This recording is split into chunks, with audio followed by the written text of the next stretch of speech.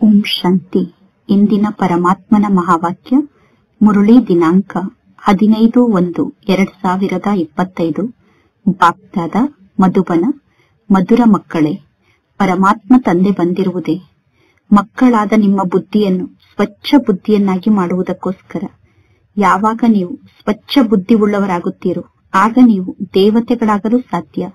ಯಾವಾಗ ನೀವು ಸ್ವಚ್ಛ ಆತ್ಮರಾಗುತ್ತೀರೋ ಆಗ ನೀವು ದೇವತೆಗಳಾಗಲು ಸಾಧ್ಯ. ಇಂದಿನ ಪ್ರಶ್ನೆಯಾಗಿದೆ, ಈ ನಾಟಕದ ಮಾಡಲ್ಪಟ್ಟಂತಹ ಪ್ಲಾನ್ ಯಾವುದಾಗಿದೆ? ಆ ಪ್ಲಾನ್ನಿಂದ ಪರಮಾತ್ಮ ತಂದೆ ಕೂಡ ಮುಕ್ತ ಆಗಲು ಸಾಧ್ಯ ಇಲ್ಲ. ಉತ್ತರ, ಪ್ರತಿ ಕಲ್ಪದಲ್ಲೂ ಪರಮಾತ್ಮ ತಂದೆ ತಮ್ಮ ಮಕ್ಕಳ ಬಳಿ ಬರಲೇಬೇಕು. ಪತಿತರಾದಂತಹ ದುಃಖಿಗಳಾದಂತಹ ಮಕ್ಕಳನ್ನು ಸುಖಿಗಳನ್ನಾಗಿ ಮಾಡಲೇಬೇಕು. ನಾಟಕದಲ್ಲಿ ಇಂತಹ ಪ್ಲಾನ್ ನಿರ್ಮಾಣ ಆಗಿದೆ.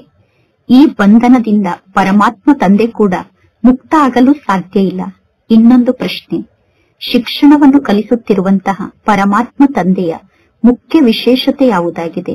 ಉತ್ತರ, ಪರಮಾತ್ಮ ತಂದೆ ಬಹಳಷ್ಟು ನಿರಹಂಕಾರಿಯಾಗಿ ಈ ಪತಿತ ಜಗತ್ತಿಗೆ ಬರುತ್ತಾರೆ ಮತ್ತು ಪತಿತ ತನುವಿನಲ್ಲಿ ಬರುತ್ತಾರೆ. ಪರಮಾತ್ಮ ತಂದೆ ಈ ಸಮಯದಲ್ಲಿ ಮಕ್ಕಳಾದ ನಿಮ್ಮನ್ನು ಸ್ವರ್ಗಕ್ಕೆ ಮಾಲೀಕರನ್ನಾಗಿ ಮಾಡುತ್ತಾರೆ. ಪುನಃ ದ್ವಾಪರ ಯುಗದಲ್ಲಿ ನೀವು ಪರಮಾತ್ಮ ತಂದೆಗೋಸ್ಕರ ಚಿನ್ನದ ಮಂದಿರವನ್ನು ನಿರ್ಮಾಣ ಮಾಡುತ್ತೀರಾ. ಅಂದರೆ ದ್ವಾಪರ ಯುಗದಲ್ಲಿ ನೀವು ಶಿವ ತಂದೆಯ ಬಂಗಾರದ ಮಂದಿರವನ್ನೇ ನಿರ್ಮಾಣ ಮಾಡುತ್ತೀರಾ. ಇಂದಿನ ಗೀತೆಯಾಗಿದೆ, ಈ ಪಾಪದ ಜಗತ್ತಿನಿಂದ ನಮ್ಮನ್ನು ಬೇರೆ ಎಲ್ಲಿಗಾದರೂ ಕರೆದುಕೊಂಡು ಹೋಗಿ. ಓಂ ಶಾಂತಿ. ಮಧುರಾತಿ ಮಧುರ ಆತ್ಮಿಕ ಮಕ್ಕಳು, ಈ ಗೀತೆಯನ್ನು ಕೇಳಿದಿರಿ. 2 ಪ್ರಕಾರದ ಜಗತ್ತಿದೆ. ಒಂದು ಪಾಪಾತ್ಮರ ಜಗತ್ತು, ಇನ್ನೊಂದು ಪುಣ್ಯಾತ್ಮರ ಜಗತ್ತು. ದುಃಖದ ಜಗತ್ತು ಮತ್ತು ಸುಖದ ಜಗತ್ತು. ಸುಖ ಅವಶ್ಯವಾಗಿ ಹೊಸ ಜಗತ್ತಿನಲ್ಲಿ ಇರುತ್ತದೆ. ಹೊಸ ಮನೆಯಲ್ಲಿ ಮಾತ್ರ ಸುಖ ಇರಲು ಸಾಧ್ಯ. ಹಳೆಯ ಮನೆಯಲ್ಲಿ ದುಃಖ ಇರುತ್ತದೆ. ಆದ್ದರಿಂದ ಈ ಹಳೆಯ ಜಗತ್ತನ್ನು ನಾಶ ಮಾಡಲಾಗುತ್ತದೆ. ಪುನಃ ಹೊಸ ಮನೆಯಲ್ಲಿ ಸುಖದಿಂದ ನೀವು ಜೀವನವನ್ನು ನಡೆಸುತ್ತೀರಾ. ಈಗ ಮಕ್ಕಳಿಗೆ ಗೊತ್ತಿದೆ, ಭಗವಂತ ತಂದೆಯ ಬಗ್ಗೆ ಜಗತ್ತಿನಲ್ಲಿರುವ ಯಾವ ಮನುಷ್ಯರಿಗೂ ಗೊತ್ತಿಲ್ಲ. ಇದು ರಾವಣ ರಾಜ್ಯ ಆಗಿರುವ ಕಾರಣ ಎಲ್ಲರೂ ಸಂಪೂರ್ಣ ಕಲ್ಲು ಬುದ್ಧಿಯವರಾಗಿದ್ದಾರೆ ಮತ್ತು ತಮೋ ಪ್ರಧಾನ ಬುದ್ಧಿಯವರಾಗಿದ್ದಾರೆ. ಪರಮಾತ್ಮ ತಂದೆ ಬಂದು ತಿಳಿಸುತ್ತಾರೆ, ನನಗೆ ನೀವು ಭಗವಂತ ಎಂದು ಕರೆಯುತ್ತೀರಾ, ಆದರೆ ಪರಮಾತ್ಮ ತಂದೆಯ ಬಗ್ಗೆ ಯಾರಿಗೂ ಗೊತ್ತಿಲ್ಲ. ಭಗವಂತ ತಂದೆಯ ಬಗ್ಗೆ ಗೊತ್ತಿಲ್ಲ ಅಂದ ಮೇಲೆ ಅವರು ಯಾವ ಕೆಲಸಕ್ಕೂ ಉಪಯೋಗಕ್ಕೆ ಬರದೇ ಇರುವಂತಹ ಆತ್ಮರಾಗಿದ್ದಾರೆ. ದುಃಖಿಗಳಾಗಿ ದುಃಖದಲ್ಲಿ ಎಲ್ಲರೂ ಹೇ ಪ್ರಭು, ಹೇ ಈಶ್ವರ ಎಂದು ಕೂಗಿ ಕರೆಯುತ್ತಾರೆ. ಆದರೆ ಆಶ್ಚರ್ಯದ ಮಾತು ಅಂದರೆ ಒಬ್ಬ ಮನುಷ್ಯರಿಗೂ ಕೂಡ ಬೇಹದ್ದಿನ ತಂದೆಯ ಬಗ್ಗೆ ಗೊತ್ತಿಲ್ಲ. ಅಂದರೆ ರಚಯಿತನ ಬಗ್ಗೆ ಒಬ್ಬ ಮನುಷ್ಯರಿಗೂ ಗೊತ್ತಿಲ್ಲ. ಎಲ್ಲರೂ ಪರಮಾತ್ಮ ತಂದೆ ಸರ್ವವ್ಯಾಪಿಯಾಗಿದ್ದಾರೆ ಎಂದು ಹೇಳುತ್ತಾರೆ. ಆಮೆಯಲ್ಲಿ ಮೀನಿನಲ್ಲಿ ಪರಮಾತ್ಮ ಇದ್ದಾರೆ ಎಂದು ಹೇಳುತ್ತಾರೆ. ಆಮೆಯಲ್ಲಿ ಪರಮಾತ್ಮ ತಂದೆ ಇದ್ದಾರೆ, ಮೀನಿನಲ್ಲಿ ಪರಮಾತ್ಮ ತಂದೆ ಇದ್ದಾರೆ ಎಂದು ಪರಮಾತ್ಮ ತಂದೆಗೆ ಈ ರೀತಿ ನಿಂದನೆಯನ್ನು ಮಾಡುತ್ತಾರೆ. ಪರಮಾತ್ಮ ತಂದೆಗೆ ಎಷ್ಟೊಂದು ನಿಂದನೆಯನ್ನು ಮಾಡುತ್ತಾರೆ. ಆದ್ದರಿಂದ ಭಗವಾನ್ ವಾಚಾಗಿದೆ, ಯಾವಾಗ ಭಾರತದಲ್ಲಿ ನನಗೆ ನಿಂದನೆಯನ್ನು ಮಾಡುತ್ತಾ ಮಾಡುತ್ತಾ ಏಣಿಯನ್ನು ಇಳಿಯುತ್ತಾ ತಮೋ ಪ್ರಧಾನರಾಗುತ್ತಾರೋ ಮತ್ತು ದೇವಿ ದೇವತೆಗಳಿಗೆ ನಿಂದನೆಯನ್ನು ಮಾಡುತ್ತಾ ಮಾಡುತ್ತಾ ಏಣಿಯನ್ನು ಇಳಿಯುತ್ತಾ ತಮೋ ಪ್ರಧಾನರಾಗುತ್ತಾರೋ ಆಗ ನಾನು ಈ ಸೃಷ್ಟಿಗೆ ಬರುತ್ತೇನೆ. ನಾಟಕದ ಅನುಸಾರ ಮಕ್ಕಳು ಹೇಳುತ್ತಾರೆ, ಈ ರೀತಿ ಪಾತ್ರವನ್ನು ಅಭಿನಯ ಮಾಡಲು ಪುನಃ ನಾನು ಈ ಸೃಷ್ಟಿಗೆ ಬರಲೇಬೇಕು ಎಂದು. ಪರಮಾತ್ಮ ತಂದೆ ತಿಳಿಸುತ್ತಾರೆ, ಈ ನಾಟಕ ಇದೇ ರೀತಿ ಮಾಡಲ್ಪಟ್ಟಿದೆ. ಪರಮಾತ್ಮ ತಂದೆಯಾದ ನಾನು ಕೂಡ ಈ ನಾಟಕದ ಬಂಧನದಲ್ಲಿ ಬಂಧಿತ ಆಗಿದ್ದೇನೆ. ಈ ನಾಟಕದಿಂದ ನಾನು ಕೂಡ ಮುಕ್ತ ಆಗಲು ಸಾಧ್ಯ ಇಲ್ಲ. ಪತಿತರನ್ನು ಪಾವನರನ್ನಾಗಿ ಮಾಡಲು ನಾನು ಈ ಸೃಷ್ಟಿಗೆ ಬರಬೇಕಾಗುತ್ತದೆ. ನಾನು ಈ ಸೃಷ್ಟಿಗೆ ಬರದೇ ಇದ್ದರೆ ಹೊಸ ಜಗತ್ತನ್ನು ಯಾರು ಸ್ಥಾಪನೆ ಮಾಡಲು ಸಾಧ್ಯ? ಈ ರಾವಣ ರಾಜ್ಯದ ದುಃಖದಿಂದ ಮಕ್ಕಳನ್ನು ಮುಕ್ತ ಮಾಡಿ ಹೊಸ ಜಗತ್ತಿಗೆ ಮಕ್ಕಳನ್ನು ಯಾರು ಕರೆದುಕೊಂಡು ಹೋಗುತ್ತಾರೆ? ಬಲೆ, ಈ ಜಗತ್ತಿನಲ್ಲಿ ಶ್ರೀಮಂತ ವ್ಯಕ್ತಿಗಳು ಬಹಳಷ್ಟು ಜನ ಇದ್ದಾರೆ. ಹಾಗೆ ನೋಡಿದರೆ ಈ ಜಗತ್ತಿನಲ್ಲಿ ಬಹಳಷ್ಟು ಜನ ಧನವಂತರಾಗಿದ್ದಾರೆ. ಅವರು ತಿಳಿದುಕೊಂಡಿದ್ದಾರೆ, ನಾನು ಸ್ವರ್ಗದಲ್ಲೇ ಇದ್ದೇನೆ, ನನ್ನ ಬಳಿ ಧನ ಸಂಪತ್ತು ಇದೆ, ಮಹಲ್ ಇದೆ, ಏರೋಪ್ಲೇನ್ ಇದೆ ಎಂದು. ಆದರೆ ಇದ್ದಕ್ಕಿದ್ದಂತೆ ಯಾರಿಗಾದರೂ ಕಾಯಿಲೆ ಬರುತ್ತದೆ. ಇದ್ದಕ್ಕಿದ್ದಂತೆ ಶ್ರೀಮಂತರಾಗಿದ್ದರೂ ಕೂಡ ಅವರಿಗೆ ಕಾಯಿಲೆ ಬಂದರೆ ಕುಳಿತಂತಹ ಸ್ಥಾನದಲ್ಲೇ ಅವರು ಸಾಯುತ್ತಾರೆ. ಇದ್ದಕ್ಕಿದ್ದಂತೆ ಕಾಯಿಲೆ ಬಂದು ಎಷ್ಟೋ ಜನ ಕುಳಿತಲ್ಲೇ ಸಾಯುತ್ತಾರೆ ಅಂದ ಮೇಲೆ ಅವರಿಗೆ ಎಷ್ಟೊಂದು ದುಃಖ ಆಗುತ್ತದೆ. ಸತ್ಯಯುಗದಲ್ಲಿ ಎಂದೂ ಈ ರೀತಿ ಅಕಾಲ ಮೃತ್ಯು ಬರುವುದಿಲ್ಲ ಅನ್ನುವುದು ಅವರಿಗೆ ಗೊತ್ತಿಲ್ಲ. ಸತ್ಯಯುಗದಲ್ಲಿ ದುಃಖದ ಮಾತೇ ಇರುವುದಿಲ್ಲ. ಸತ್ಯಯುಗದಲ್ಲಿ ನಿಮ್ಮ ಆಯಸ್ಸು ಬಹಳಷ್ಟು ದೀರ್ಘಾಯಸ್ಸಾಗಿರುತ್ತದೆ. ಈ ಕಲಿಯುಗದಲ್ಲಿ ಇದ್ದಕ್ಕಿದ್ದಂತೆ ಅಚಾನಕ್ಕಾಗಿ ಸಾಯುತ್ತಾರೆ. ಸತ್ಯಯುಗದಲ್ಲಿ ಇಂತಹ ಯಾವ ಮಾತು ಇರುವುದಿಲ್ಲ. ಅಂದ ಮೇಲೆ ಸತ್ಯಯುಗದಲ್ಲಿ ಏನಿರುತ್ತದೆ, ಸತ್ಯಯುಗದಲ್ಲಿ ಏನಿರುತ್ತದೆ ಅನ್ನುವುದು ಜಗತ್ತಿನಲ್ಲಿ ಯಾರಿಗೂ ಗೊತ್ತಿಲ್ಲ. ಆದ್ದರಿಂದ ಪರಮಾತ್ಮ ತಂದೆ ತಿಳಿಸುತ್ತಾರೆ, ನೀವೆಲ್ಲರೂ ಎಷ್ಟೊಂದು ಕಲ್ಲು ಬುದ್ಧಿಯವರಾಗಿದ್ದೀರಾ. ನಾನೀಗ ಬಂದು ಕಲ್ಲು ಬುದ್ಧಿಯವರಾಗಿರುವ ನಿಮ್ಮನ್ನು ಸ್ವಚ್ಛ ಬುದ್ಧಿಯವರನ್ನಾಗಿ ಮಾಡುತ್ತೇನೆ. ಯಾರು ಕಲ್ಲು ಬುದ್ಧಿಯವರಾಗಿದ್ದಾರೋ ಪರಮಾತ್ಮ ತಂದೆ ಬಂದು ಅವರನ್ನೇ ಸ್ವಚ್ಛ ಬುದ್ಧಿಯವರನ್ನಾಗಿ ಮಾಡುತ್ತಾರೆ. ರಾವಣ ಕಲ್ಲು ಬುದ್ಧಿಯವರನ್ನಾಗಿ ಮಾಡುತ್ತಾನೆ, ಅಂದರೆ ತುಚ್ಛ ಬುದ್ಧಿಯವರನ್ನಾಗಿ ಮಾಡುತ್ತಾನೆ. ಭಗವಂತ ತಂದೆ ಸ್ವಚ್ಛ ಬುದ್ಧಿಯವರನ್ನಾಗಿ ಮಾಡುತ್ತಿದ್ದಾರೆ. ಪರಮಾತ್ಮ ತಂದೆ ನಿಮ್ಮನ್ನು ಮನುಷ್ಯರಿಂದ ದೇವತೆಯನ್ನಾಗಿ ಮಾಡುತ್ತಿದ್ದಾರೆ. ಎಲ್ಲಾ ಮಕ್ಕಳು ಹೇಳುತ್ತಾರೆ, ಸೂರ್ಯವಂಶಿ ಮಹಾರಾಜ ಅಥವಾ ಮಹಾರಾಣಿ ಆಗುವುದಕ್ಕೋಸ್ಕರ ನಾವೀಗ ಇಲ್ಲಿಗೆ ಬಂದಿದ್ದೇವೆ ಎಂದು. ಗುರಿ ಉದ್ದೇಶ ನಮ್ಮ ಸಮ್ಮುಖದಲ್ಲೇ ಇದೆ. ನರನಿಂದ ನಾವೀಗ ನಾರಾಯಣ ಆಗಬೇಕು. ಇದು ಸತ್ಯನಾರಾಯಣನ ಕಥೆಯಾಗಿದೆ. ಪುನಃ ಭಕ್ತಿ ಮಾರ್ಗದಲ್ಲಿ ಬ್ರಾಹ್ಮಣರು ಕಥೆಯನ್ನು ಓದಿ ಹೇಳುತ್ತಾರೆ. ಸತ್ಯವಾಗಿಯೂ ಆ ಕಥೆಯನ್ನು ಕೇಳಿ ಯಾರು ನರನಿಂದ ನಾರಾಯಣ ಆಗುವುದಿಲ್ಲ. ಭಕ್ತಿಯಲ್ಲಿ ಓದುವಂತಹ ಕಥೆಯನ್ನು ಕೇಳಿ ಯಾರು ನರನಿಂದ ನಾರಾಯಣ ಆಗುವುದಿಲ್ಲ. ನೀವೀಗ ಸತ್ಯವಾಗಿಯೂ ನರನಿಂದ ನಾರಾಯಣ ಆಗುವುದಕ್ಕೋಸ್ಕರ ಇಲ್ಲಿಗೆ ಬಂದಿದ್ದೀರಾ. ಕೆಲವರು ಕೇಳುತ್ತಾರೆ, ಈ ಸಂಸ್ಥೆಯ ಉದ್ದೇಶ ಏನಾಗಿದೆ ಎಂದು. ಕೆಲವರು ನಿಮ್ಮನ್ನು ಕೇಳುತ್ತಾರೆ, ನಿಮ್ಮ ಸಂಸ್ಥೆಯ ಉದ್ದೇಶ ಏನು ಎಂದು. ನೀವು ಅವರಿಗೆ ಹೇಳಬೇಕು, ನರನಿಂದ ನಾರಾಯಣ ಆಗುವುದೇ ನಮ್ಮ ಸಂಸ್ಥೆಯ ಗುರಿ ಮತ್ತು ಉದ್ದೇಶ ಆಗಿದೆ ಎಂದು. ಆದರೆ ಇದು ಒಂದು ಸಂಸ್ಥೆಯಲ್ಲ, ಇದು ಪರಿವಾರ ಆಗಿದೆ. ಇಲ್ಲಿ ಮಾತ್ಪಿತ ಮತ್ತು ಮಕ್ಕಳು ಕುಳಿತಿದ್ದಾರೆ. ಇಲ್ಲಿ ತಂದೆ ತಾಯಿ ಇದ್ದಾರೆ ಮತ್ತು ಮಕ್ಕಳು ಕುಳಿತಿದ್ದಾರೆ. ಭಕ್ತಿ ಮಾರ್ಗದಲ್ಲಿ ನೀವು ಮಾತ್ಪಿತ ಆಗಿದ್ದೀರಾ ಎಂದು ಪರಮಾತ್ಮ ತಂದೆಗೆ ನಾವು ಗಾಯನವನ್ನು ಮಾಡುತ್ತಿದ್ದೆವು. ಹೇ ಮಾತ್ಪಿತ, ಯಾವಾಗ ನೀವು ಈ ಸೃಷ್ಟಿಗೆ ಬರುತ್ತೀರೋ ಆಗ ನಿಮ್ಮ ಮೂಲಕ ನಮಗೆ ಅಪಾರ ಸುಖ ಸಿಗುತ್ತದೆ ಮತ್ತು ನಾವು ವಿಶ್ವಕ್ಕೆ ಮಾಲೀಕರಾಗುತ್ತೇವೆ ಎಂದು ಭಕ್ತಿಯಲ್ಲಿ ನಾವು ಗಾಯನವನ್ನು ಮಾಡುತ್ತಿದ್ದೆವು.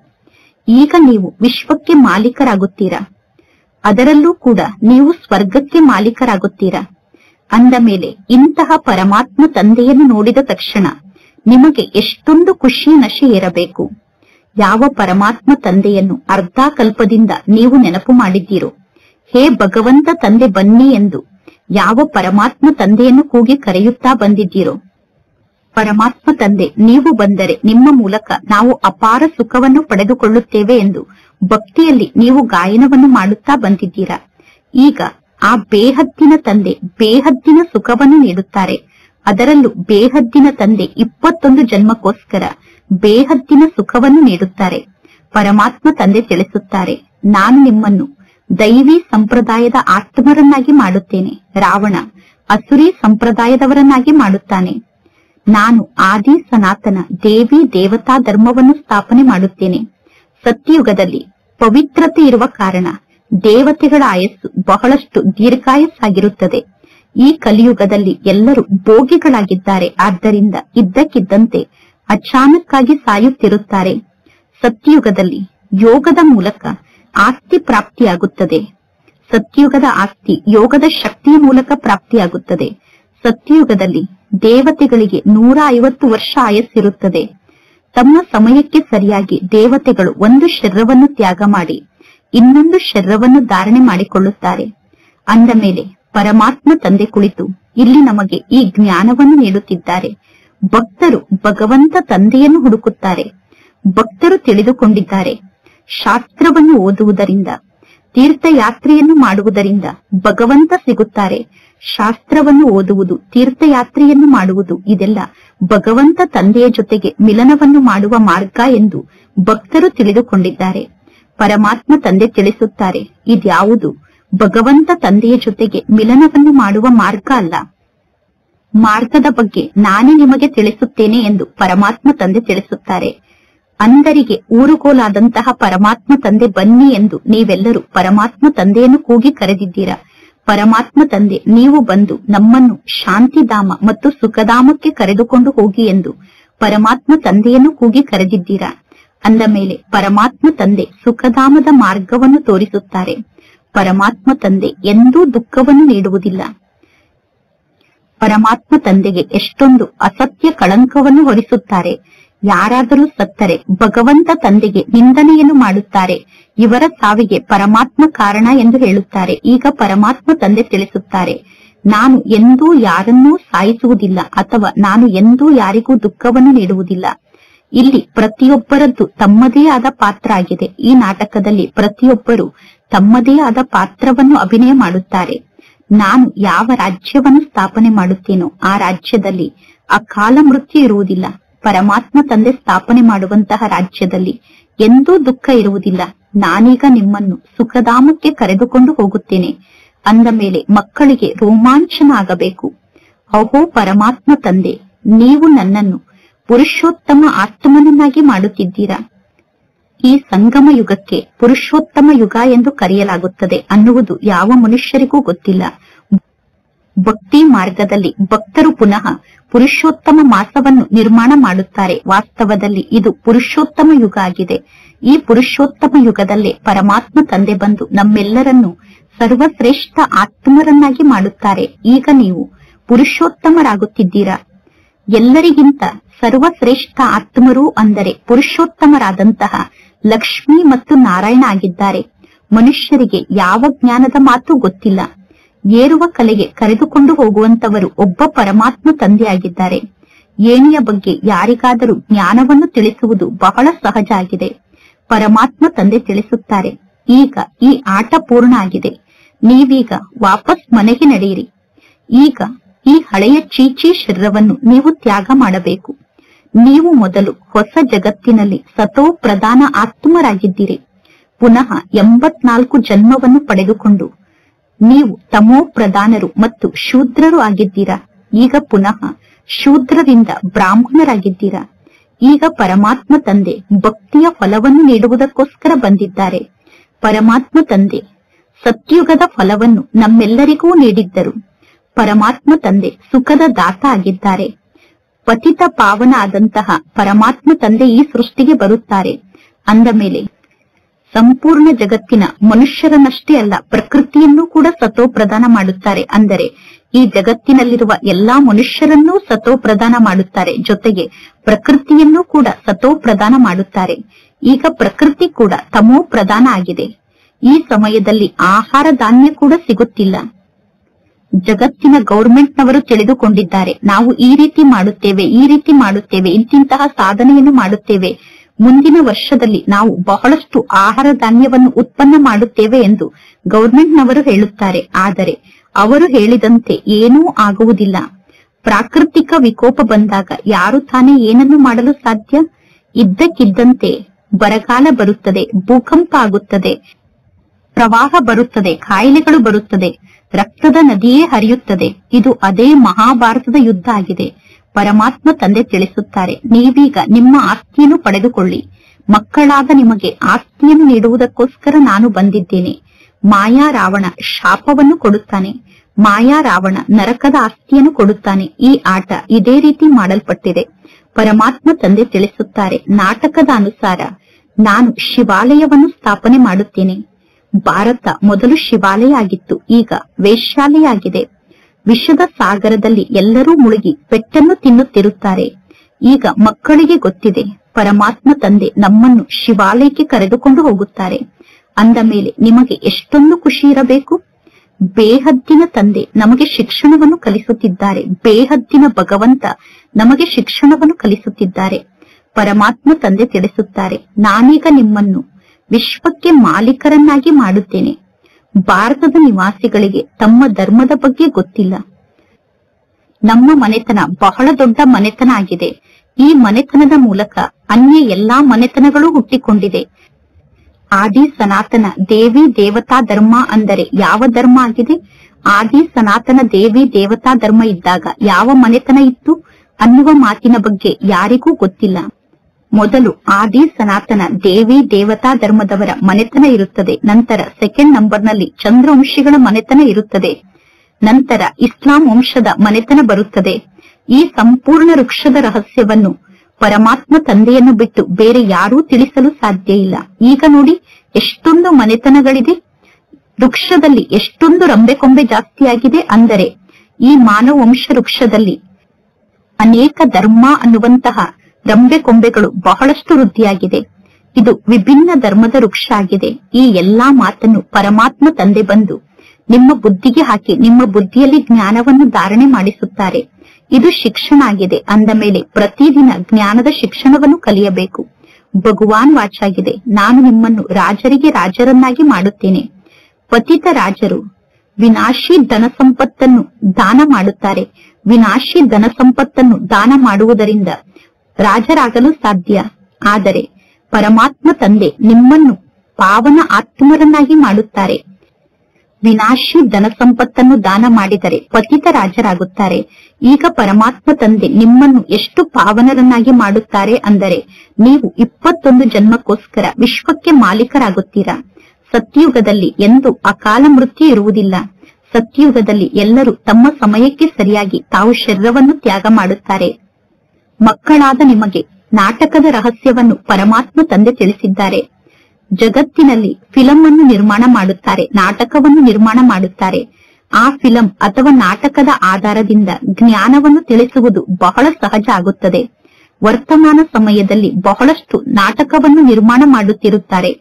ಮನುಷ್ಯರಿಗೆ ನಾಟಕವನ್ನು ನಿರ್ಮಾಣ ಮಾಡುವ ಮತ್ತು ನಾಟಕವನ್ನು ನೋಡುವಂತಹ ಆಸಕ್ತಿ ಬಹಳಷ್ಟು ಜಾಸ್ತಿಯಾಗಿದೆ. ಅದೆಲ್ಲ ಹದ್ದಿನ ನಾಟಕ ಆಗಿದೆ. ಇದು ಬೇಹದ್ದಿನ ನಾಟಕ ಆಗಿದೆ. ಈ ಸಮಯದಲ್ಲಿ ಜಗತ್ತಿನಲ್ಲಿ ಮಾಯೆಯ ವೈಭವ ಬಹಳಷ್ಟು ಜಾಸ್ತಿ ಇದೆ. ಮನುಷ್ಯರು ತಿಳಿದುಕೊಂಡಿದ್ದಾರೆ ಈಗ ಈ ಜಗತ್ತೇ ಸ್ವರ್ಗ ಆಗಿದೆ, ನಾವು ಸ್ವರ್ಗದಲ್ಲಿ ಇದ್ದೇವೆ ಎಂದು. ಹಿಂದಿನ ಕಾಲದಲ್ಲಿ ಇಷ್ಟು ದೊಡ್ಡ ದೊಡ್ಡ ಬಿಲ್ಡಿಂಗ್ಗಳು ಇರಲಿಲ್ಲ. ಅಂದ ಮೇಲೆ ಎಷ್ಟೊಂದು ವಿರೋಧ ಇದೆ ನೋಡಿ. ಭಗವಂತ ತಂದೆ ಸ್ವರ್ಗವನ್ನು ರಚನೆ ಮಾಡುತ್ತಾರೆ. ಅಂದ ಮೇಲೆ ಮಾಯೆ ಕೂಡ ತನ್ನ ಸ್ವರ್ಗವನ್ನು ತೋರಿಸುತ್ತದೆ. ಇದೆಲ್ಲ ಮಾಯೆಯ ವೈಭವ ಆಗಿದೆ. ಈಗ ಈ ಎಲ್ಲಾ ಮಾತಿನ ಅವನತಿ ಆಗುತ್ತದೆ. ಅಂದರೆ ಮಾಯೆಯ ವೈಭವದ ಅವನತಿ ಆಗುತ್ತದೆ. ಮಾಯೆಯ ವೈಭವದ ಅಂತ್ಯ ಆಗುತ್ತದೆ. ಮಾಯೆಯ ಅಂತ್ಯ ಆಗಲೇಬೇಕು ತಾನೆ. ಮಾಯೆ ಕೂಡ ಬಹಳಷ್ಟು ಶಕ್ತಿಶಾಲಿಯಾಗಿದೆ. ನೀವೀಗ ಮಾಯೆಯಿಂದ ಮುಖವನ್ನು ತಿರುಗಿಸಿಕೊಳ್ಳಬೇಕು. ಅಂದರೆ ಪರಮಾತ್ಮ ತಂದೆಯ ಕಡೆ ಮುಖವನ್ನು ಮಾಡಬೇಕು. ಪರಮಾತ್ಮ ತಂದೆ ಬಡವರು ಬಂಧು ಆಗಿದ್ದಾರೆ.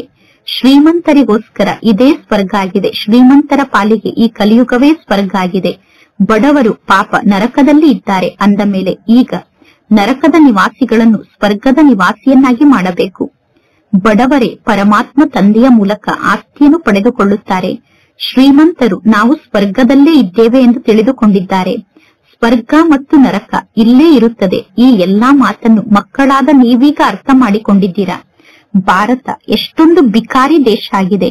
ಭಾರತವೇ ಮೊದಲು ಎಷ್ಟೊಂದು ಶ್ರೀಮಂತ ದೇಶ ಆಗಿತ್ತು. ಭಾರತದಲ್ಲಿ ಕೇವಲ ಒಂದೇ ಒಂದು ಆದಿ ಸನಾತನ ದೇವಿ ದೇವತಾ ಧರ್ಮ ಇತ್ತು. ಈಗ ಎಷ್ಟೊಂದು ಹಳೆಯ ವಸ್ತುಗಳನ್ನು ಹುಡುಕುತ್ತಿರುತ್ತಾರೆ. ಅಂದರೆ ಈಗ ಎಷ್ಟೊಂದು ಹಳೆಯ ವಸ್ತುಗಳು ಸಿಕ್ಕಿದೆ. ಇದು ಇಷ್ಟೊಂದು ಪುರಾತನವಾದ ವಸ್ತು. ಅಂದರೆ ಈ ವಸ್ತು ನಿರ್ಮಾಣ ಆಗಿ ಇಷ್ಟೊಂದು ವರ್ಷ ಆಗಿದೆ, ಇದು ಬಹಳ ಹಳೆಯ ವಸ್ತು ಆಗಿದೆ ಎಂದು ಜಗತ್ತಿನ ಜನ ಹೇಳುತ್ತಾರೆ. ಮೂಳೆಗಳನ್ನು ಕೂಡ ಹುಡುಕಿ ತೆಗೆಯುತ್ತಿರುತ್ತಾರೆ. ಹೇಳುತ್ತಾರೆ ಈ ಮೂಳೆ ಇಷ್ಟು ಲಕ್ಷ ವರ್ಷ ಹಿಂದಿನ ಮೂಳೆ ಆಗಿದೆ ಎಂದು ಹೇಳುತ್ತಾರೆ. ಈಗ ಲಕ್ಷಾಂತರ ವರ್ಷದ ಮೂಳೆ ಪುನಃ ಎಲ್ಲಿಂದ ಸಿಗಲು ಸಾಧ್ಯ? ಆ ಹಳೆಯ ವಸ್ತುವಿನ ರೇಟನ್ನು ಬಹಳಷ್ಟು ಜಾಸ್ತಿ ಮಾಡುತ್ತಾರೆ. ಹಳೆಯ ವಸ್ತುವನ್ನು ಬಹಳಷ್ಟು ಜಾಸ್ತಿ ರೇಟಿಗೆ ಮಾರುತ್ತಾರೆ. ಪರಮಾತ್ಮ ತಂದೆ ತಿಳಿಸುತ್ತಾರೆ, ನಾನು ಬಂದು ಎಲ್ಲರಿಗೂ ಸದ್ಗತಿಯನ್ನು ನೀಡುತ್ತೇನೆ. ನಾನು ಈ ಬ್ರಹ್ಮನ ತನುವಿನಲ್ಲಿ ಪ್ರವೇಶವನ್ನು ಮಾಡುತ್ತೇನೆ. ಈ ಬ್ರಹ್ಮ ತಂದೆ ಸಾಕಾರದಲ್ಲಿ ಇದ್ದಾರೆ. ಪುನಃ ಈ ಬ್ರಹ್ಮ ತಂದೆ ಸೂಕ್ಷ್ಮ ವತನದ ಸೂಕ್ಷ್ಮ ತನುವುಳ್ಳಂತಹ ಸೂಕ್ಷ್ಮ ದೇವತೆ ಆಗುತ್ತಾರೆ. ಅದು ಅವ್ಯಕ್ತ ಲೋಕ ಆಗಿದೆ. ಅವ್ಯಕ್ತ ಲೋಕದಲ್ಲಿ ಬ್ರಹ್ಮ ತಂದೆ ಅವ್ಯಕ್ತ ರೂಪದಲ್ಲಿ ಇರುತ್ತಾರೆ. ಇದು ವ್ಯಕ್ತ ಲೋಕ ಆಗಿದೆ. ಈ ಸಾಕಾರ ಜಗತ್ತಿನಲ್ಲಿ ವ್ಯಕ್ತ ರೂಪದಲ್ಲಿ ಬ್ರಹ್ಮ ತಂದೆ ಇದ್ದಾರೆ. ಪರಮಾತ್ಮ ತಂದೆ ತಿಳಿಸುತ್ತಾರೆ, ನಾನು ಈ ಬ್ರಹ್ಮ ತಂದೆಯ ಬಹಳ ಜನ್ಮದ ಅಂತಿಮ ಜನ್ಮದಲ್ಲಿ, ಅದರಲ್ಲೂ ಇವರ ಅಂತಿಮ ಸಮಯದಲ್ಲಿ ಇವರ ತನುವಿನಲ್ಲಿ ಪ್ರವೇಶವನ್ನು ಮಾಡುತ್ತೇನೆ. ಯಾರು ನಂಬರ್ 1 ಪಾವನ ಆತ್ಮ ಆಗಿದ್ದರು ಅವರೇ ಪುನಃ ನಂಬರ್ 1 ಪತಿತ ಆತ್ಮ ಆಗುತ್ತಾರೆ. ನಾನು ಈ ಬ್ರಹ್ಮ ತಂದೆಯ ತನುವಿನಲ್ಲಿ ಪ್ರವೇಶವನ್ನು ಮಾಡುತ್ತೇನೆ. ಏಕೆಂದರೆ ಪುನಃ ಈ ಬ್ರಹ್ಮ ತಂದೆ ನಂಬರ್ 1 ಪಾವನ ಆಗಲೇಬೇಕು. ನಾನು ಭಗವಂತ ಆಗಿದ್ದೇನೆ, ನಾನು ಇಷ್ಟು ದೊಡ್ಡ ವ್ಯಕ್ತಿ ಆಗಿದ್ದೇನೆ ಎಂದು ಈ ಬ್ರಹ್ಮ ತಂದೆ ಎಂದೂ ಹೇಳುವುದಿಲ್ಲ. ಪರಮಾತ್ಮ ತಂದೆಗೆ ಗೊತ್ತಿದೆ, ನಾನು ಈ ಬ್ರಹ್ಮನ ತನುವಿನಲ್ಲಿ ಪ್ರವೇಶವನ್ನು ಮಾಡಿ ಈ ಬ್ರಹ್ಮನ ಮೂಲಕ ಎಲ್ಲರನ್ನೂ ಸತೋ ಪ್ರಧಾನ ಆತ್ಮರನ್ನಾಗಿ ಮಾಡುತ್ತೇನೆ. ಈಗ ಪರಮಾತ್ಮ ತಂದೆ ಮಕ್ಕಳಿಗೆ ತಿಳಿಸುತ್ತಿದ್ದಾರೆ, ನೀವು ಅಶರೀರಿಯಾಗಿ ಈ ಸೃಷ್ಟಿಗೆ ಬಂದಿದ್ದೀರಿ. ಪುನಃ 84 ಜನ್ಮವನ್ನು ಪಡೆದುಕೊಂಡು ಪಾತ್ರವನ್ನು ಅಭಿನಯ ಮಾಡಿದ್ದೀರಾ. ಈಗ ನೀವೆಲ್ಲರೂ ವಾಪಸ್ ಮನೆಗೆ ಹೋಗಬೇಕು. ಅಂದ ಮೇಲೆ ಸ್ವಯಂ ಅನ್ನು ಆತ್ಮ ಎಂದು ತಿಳಿದುಕೊಳ್ಳಿ.